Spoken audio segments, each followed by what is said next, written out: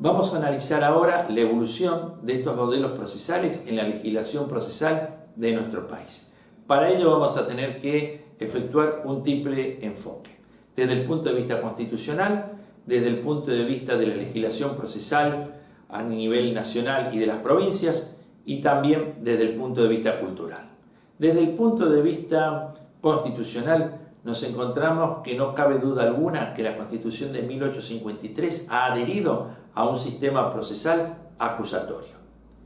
Ello se ve verificado en tres aspectos fundamentales: los antecedentes de la Constitución, su articulado, como así también la incorporación de los tratados internacionales de derechos humanos. Desde el punto de vista de sus antecedentes, nos encontramos que la Constitución del 53 tiene o responde a una filosofía netamente humanista y liberal, que resulta totalmente compatible con el modelo acusatorio. A su vez, una de las principales fuentes en las cuales ha abrevado la Constitución del 53 fue la Constitución de Estados Unidos, que obviamente responde a un modelo netamente acusatorio. Por ello es que tanto desde su filosofía como del antecedente de la Constitución norteamericana no nos cabe ninguna duda que por su propia filosofía y por sus propios antecedentes, la Constitución del 53 ha adherido al paradigma acusatorio. Pero también desde su articulado, ya que nos encontramos que distintas disposiciones constitucionales ratifican la filosofía acusatoria a la que responde la Constitución del 53. Así, en primer lugar, nos encontramos con el artículo 24 de la Carta Magna Nacional, que habla de la reforma integral de la legislación. Cuando se refiere esta disposición a una reforma integral de la legislación, debemos tener en cuenta que la legislación que imperaba a ese momento de la sanción de la Constitución del 53 era una legislación netamente inquisitiva, era la legislación española. Por ende, si había que modificarla, era necesario pasar a una legislación acusatoria. A su vez, nos encontramos que hay distintas disposiciones de la Constitución del 53 que establecen el juicio por jurados. El mismo artículo 24, el inciso 11 del artículo 75 y el artículo 118 habla del establecimiento del juicio por jurados, lo cual es un instituto propio del modelo acusatorio, lo cual implica que de estas disposiciones surge necesariamente la filiación acusatoria que tuvieron los constituyentes del 53. Y también, desde su articulado, por el propio trámite que se regula para el procedimiento de juicio político, en donde una de sus cámaras del Congreso, como es la Cámara de Diputados, es la que acusa y la de senadores es la que juzga. Es decir, que en el trámite del juicio político se diferencian nítidamente las funciones de acusar y de juzgar, que es justamente lo característico del modelo acusatorio. Es decir, que de estas disposiciones de la Constitución del 53, de su articulado, surge claramente su adición al sistema procesal acusatorio. Pero también, a partir de la constitucionalización de los tratados internacionales sobre derechos humanos, surge también la adopción del modelo acusatorio en la Constitución del 53. Así, el Pacto Internacional de Derechos Civiles y Políticos de Nueva York habla de que el juicio penal va a ser público. Tal publicidad es necesariamente compatible con el modelo acusatorio. Así nos encontramos que la Constitución del 53, tanto por sus antecedentes, por su articulado, como así también con la jerarquización de los tratados internacionales sobre derechos humanos a partir del artículo 75, inciso 22 de la Carta Magna Nacional, ha adherido a un verdadero sistema procesal acusatorio.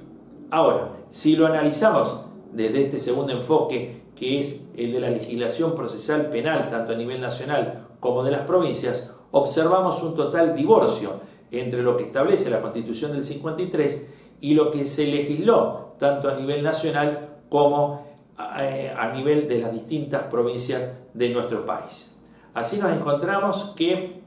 el primer código que se dicta a nivel nacional y federal fue el Código de Obarrio, así llamado porque Manuel Obarrio fue el proyectista de este código, que tuvo vigencia a partir del año 1889. Sin embargo, este código, el proyectista Obarrio, tomó como principal antecedente la ley de enjuiciamiento española, que se caracterizaba por ser netamente inquisitiva. Por ende, nos encontramos que el Código de Obarrio, en vez de responder al modelo constitucional, que era netamente acusatorio, por el contrario respondió a un modelo inquisitivo, ya que ese Código de Obarrio se caracterizó por una instrucción a cargo del juez instructor y un juicio escrito y secreto, siguiendo justamente la legislación española, con la particularidad de que la principal fuente de donde abrevó Obarrio, que fue la ley de enjuiciamiento española, ya había sido derogada en el año 1882, es decir, que tomó como fuente un código que ya estaba derogado al momento que se lo tomó como referencia a los fines de proyectar el Código de Procedimiento en materia penal de la Nación. De ahí que se dijo que este Código de Obarrio era un código que había nacido muerto o caduco, ya que su principal fuente de inspiración había sido derogada unos años antes en España. Sin embargo, ese Código de Obarrio, que vuelvo a insistir, responde a un modelo netamente inquisitivo, tuvo vigencia o perduró por más de un siglo, ya que recién fue modificado a nivel nacional y federal en el año 1992.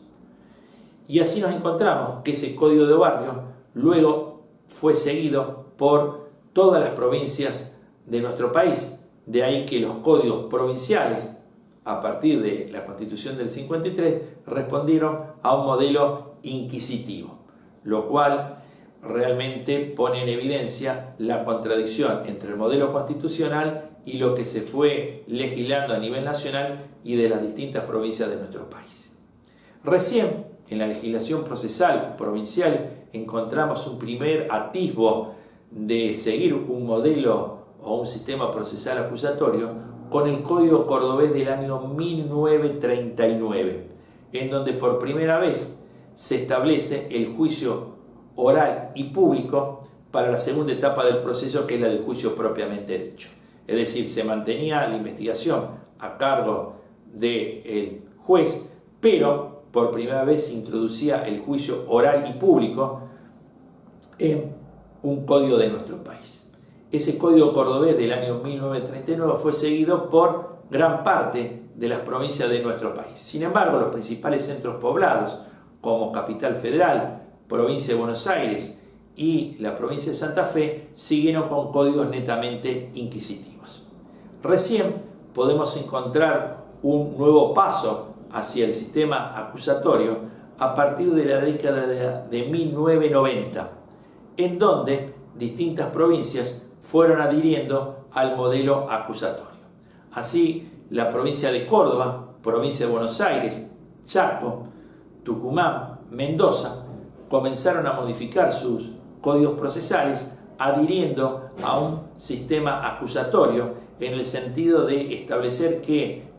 la primera etapa del proceso penal, la etapa investigativa, iba a ser realizada o iba a tener como eje central al actor penal. Es decir, que se desterraba la figura del juez instructor como aquel que lleva adelante la investigación para reemplazarlo por la figura del actor penal, lo cual implicaba un verdadero cambio y una verdadera adopción del modelo acusatorio,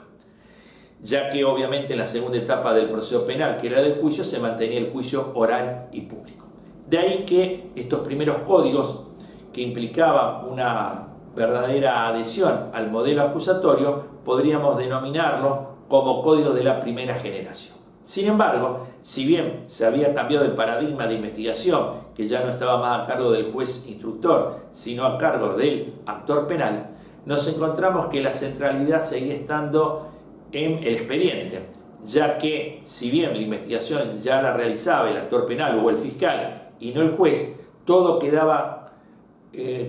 reunido, compilado en el expediente judicial, en actas, lo cual implicaba que si bien había habido un cambio en cuanto al sujeto procesal que llevaba adelante la investigación, no lo había sido en cuanto a cómo quedaba plasmada la investigación. De ahí que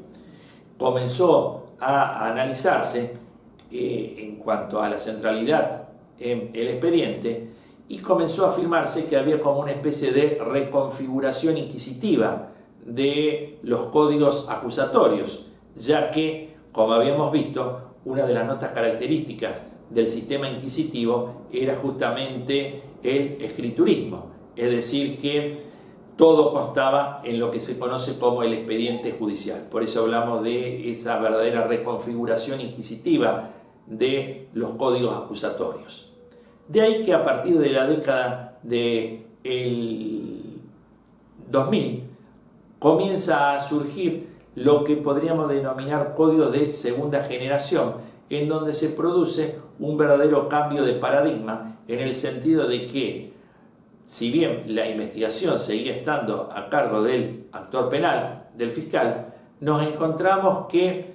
comenzó a desaparecer el expediente judicial para ser reemplazado o cambiado por un sistema de audiencias previas al juicio. Es decir, que toda la primera etapa, la etapa investigativa del proceso penal, ya no iba a constar más en el expediente judicial, sino a partir de audiencias orales y públicas. Es decir, que se dejaba de lado el escriturismo propio del expediente para ser reemplazado por la publicidad y por la oralidad propia de las audiencias. Así nos encontramos que en estos códigos que comenzaron a dictarse a partir del año 2000,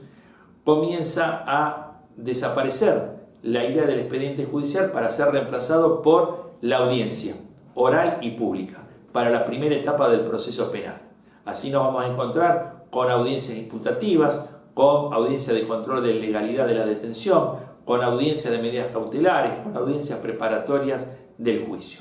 Es decir, que el expediente, como nota característica del sistema inquisitivo,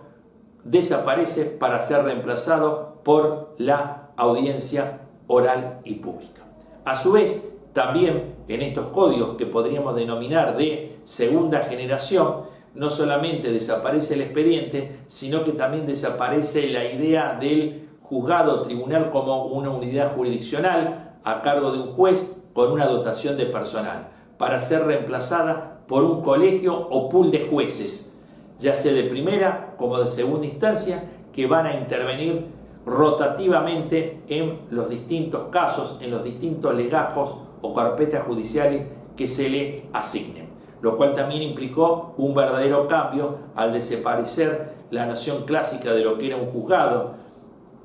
con